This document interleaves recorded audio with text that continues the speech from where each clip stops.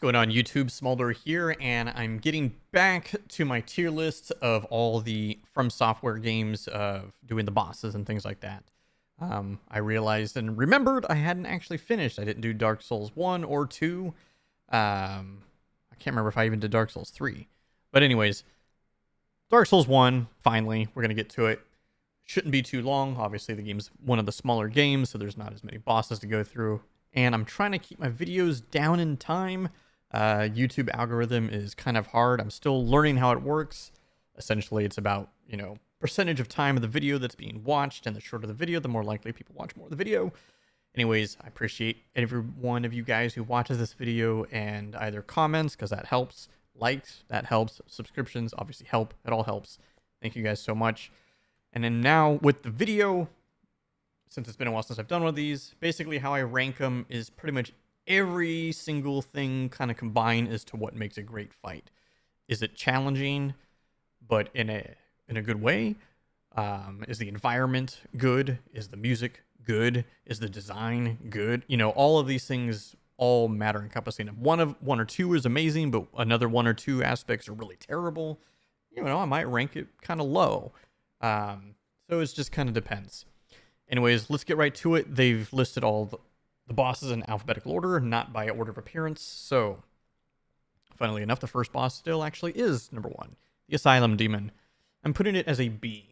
On this list, D is the lowest here. So B is more of the middle ground in the middle, largely because, you encounter the boss twice, very close in succession to each other, once with some gear and once with no gear. You can potentially beat them with gear or with no gear. If you do, you get a little bit of an item. If you don't, not a big deal, whatever. But you fight him legitly. I think it's a fine boss. There's nothing wrong with it. It's not spectacular, but honestly, it just feels like it's a copy and paste kind of from Demon Souls. But it is what it is. It's serviceable, not bad. Next up, alphabetical order, we're going straight to the DLC, Black Dragon Calamite. I'm probably going to be one of the few people that did not really like this boss. Largely because there was a lot of build-up to this boss. And there was a lot of lore and everything. And everything that kind of led up to it made it seem super cool. And the boss is kind of a bit of a letdown. I'm going to be honest, I think the dragon stuff in Dark Souls 1 just wasn't good. Because I'm going to probably be another dragon later on this list is going to also not be placed very high. But I'm still putting him in the middle because, well, he's a dragon, so dragons. Yeah. Bell Gargoyles. So, this is also a mid-tier fight. Kind of we have a theme going on here. So this fight is very interesting because it's a multi-boss fight, but it's like in tiers, kind of interesting, right? I've always thought it was kind of neat. You can kind of think of it as like a gauntlet, but not really a gauntlet. It's, it is what it is kind of thing. But again, it's serviceable boss. Nothing crazy, but nothing outstanding that stands out, whatever. Bed of Chaos, I think we can all agree this is the most bullshit, one of the worst bosses they've ever designed in all their games. Good job. Capper Demon, not much better. Fuck that boss. Ceaseless Discharge. This boss is also interesting. I am going to put him probably in the bottom of the B tier. Because this boss had pretty much no... there's nothing to it other than it's just kind of like, all right. I don't know. Nothing crazy. Centipede Demon. Man. It has been a little while since I played Dark Souls 1, to be honest, but I played it so many times, I'm still going off of memory. This fight's... Man. Dark Souls 1 really just has a lot of just mid-fights, if I'm really thinking about it. He's kind of here too, it's whatever. Crossbreed Priscilla. I am really trying to think about it, so we're going to go to the next one. Chaos Witch Quelag. So I actually like Quelag. I think Quelag is a really cool fight because it forces the player to have to I don't know, movement management, because she puts the lava on the ground.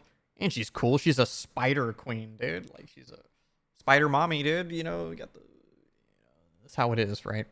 But I think, she was a really cool design. Obviously, she's towards the end of Blighttown and underneath all of that bullshit. But her as her boss, I actually think is quite cool. Demon Fire Sage, I can't remember that one either. Dark Sun, Gwendolyn.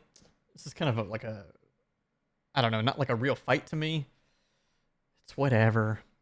Four Kings. Okay. I'm going to put it mid, but not because I think the fight is just mid all around. I think this is one of the ones of the examples of which I was talking about where some things about this fight is S tier. Some things about this is like Z tier in the dumpster. I love the scale and scope of this fight. Obviously, you're fighting the Four Kings, right? It's a huge, monumental boss. But the execution kind of sucks. Or at least that's how I feel every time I fight this boss. And the easiest way to get to this boss, or at least in my opinion, is just max poise, go big, beefy, tanky boy, give me that Havel's full set, and just, they don't do shit to you. Gaping Dragon. This is the first boss I feel like in Dark Souls 1 that I was just like, oh my god. These are the games that I'm here to play. This is one of the sickest bosses in the game. Design. I felt like the hitboxes wasn't really that bad for considering. And I know I talked about, or how I just recently talked about, there's going to be another dragon. It's not that great either. I didn't mean this one. But I really like the fight. It's not the hardest fight, but it's also not the easiest. But then this one's got the setting, the atmosphere, the aesthetic. It's got a lot going for it. Great Grey Wolf Sif. Some people might think this is blasphemous, putting it only in A tier. But I have to, because there are many things about this fight that is S tier. But if you know me, you know that I do put a good challenge and things like that really matter to me. And where, like, if it's something that's just abysmally too easy, that's also a problem. And this fight is, quite honestly, one of the easiest fights in the game. Of a boss that's not considered a joke boss. It's just, I don't know, man. The fight's way too easy. But everything else about it is just so good. This is like, which is why I'm still putting it at the top of the A tier. Okay. Fight's insane. All right. Say what you want. Gwyn's S tier. Gwyn is S tier, dude. And that's whether or not you want to cheese him and parry him, or you want to fight him legit without the parry cheese. This fight is God tier. He's got the moves. It's an extremely challenging fight, but it's fair. The setting is insane. The music it's perfect. Chef's kiss, dude. It's not like one of those fights. It's not like one of these other bosses we're going to talk about with amazing music as well. But it's this like dark, slow, somber piano. It's so good, and it's so fitting too. Anyways, Nito. All right. This guy is hard for me to place, really, because he's got some cool things about him. He's got some things I think is bullshit about him. I'm going to put him in the top of B tier, though. His aesthetic, his arena, everything about that is cool. But, and I love the fact that if you do use holy, you can kind of cheese the fight, knowing that, using holy weapons. But it's okay. He's okay. Iron Golem, kind of same thing. I'm going to put him like in the middle of the B tier. He's okay, I've never really got super good at being able to cheese him to be able to knock him off the cliff or whatever to insta-kill him, but otherwise, he doesn't really do anything. Excuse me. Yes. He's just a giant-ass golem. Whatever. Artorias. Probably the second best fight in the game. Second best boss. He's cool. He's the OG Dark Souls. This is a badass motherfucker. You know, this is the OG guy. I'm not wearing it right now, but I literally have a shirt with Artorias on it.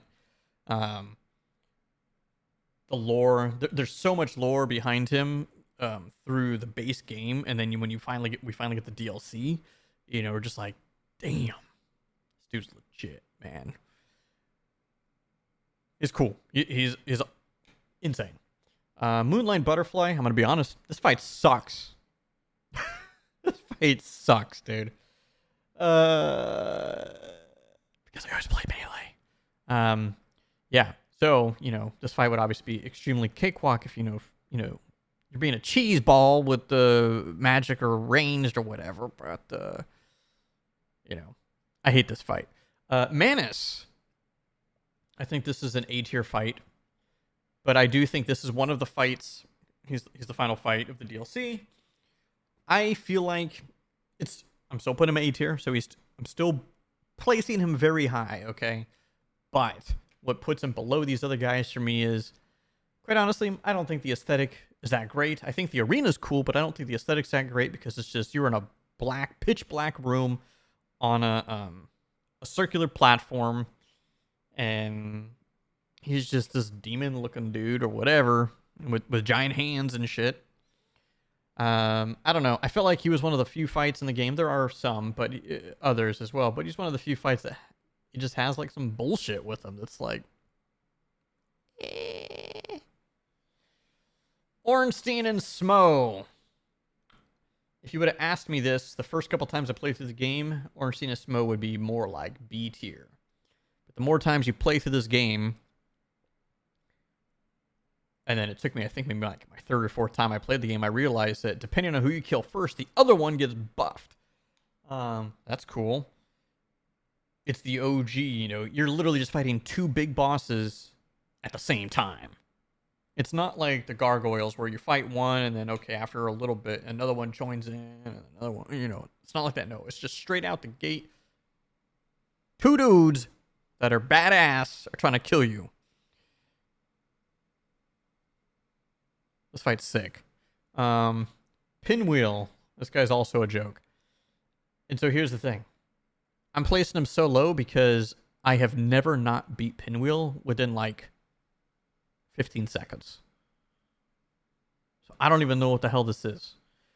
Stray Demon is basically the same thing as the Asylum Demon, but you fight him in stupid ass corridor hallway thing that there's like no space, and you're just like, and so when he gets up to do the slam and whatnot, it's just like, bro. Sanctuary Guardian. That's okay. B tier.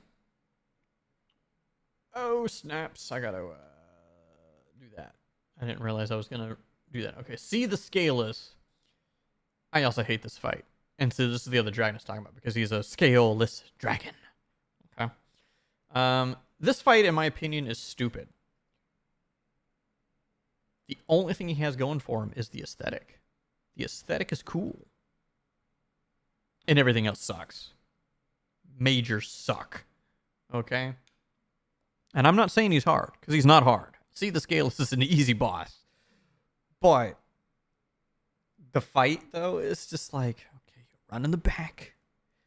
Hit the damn thing. All right, we can hurt this motherfucker. Dodge all this weird crystal shit.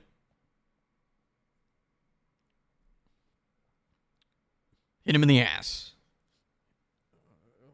What? Taurus Demon.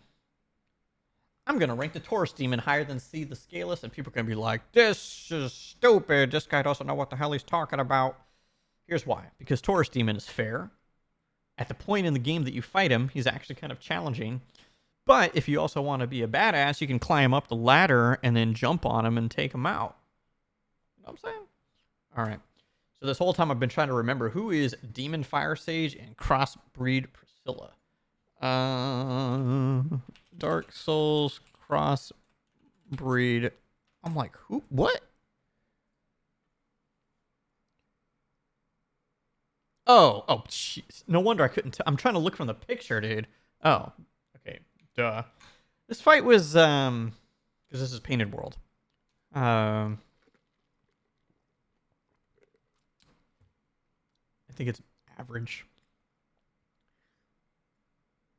That's the thing. Dark Souls 1 has just a lot of average fights. Okay, Fire Sage. Who the hell is Fire Sage? Yeah, she's Painted World.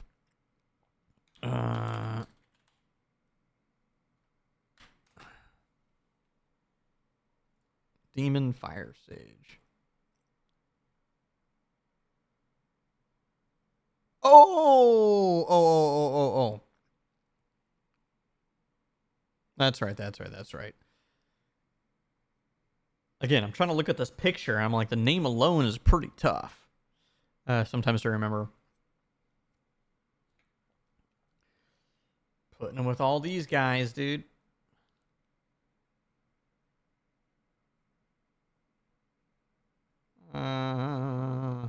Yeah, no. I'm happy with this order. Anyways, this is my my tier list for the bosses in Dark Souls 1.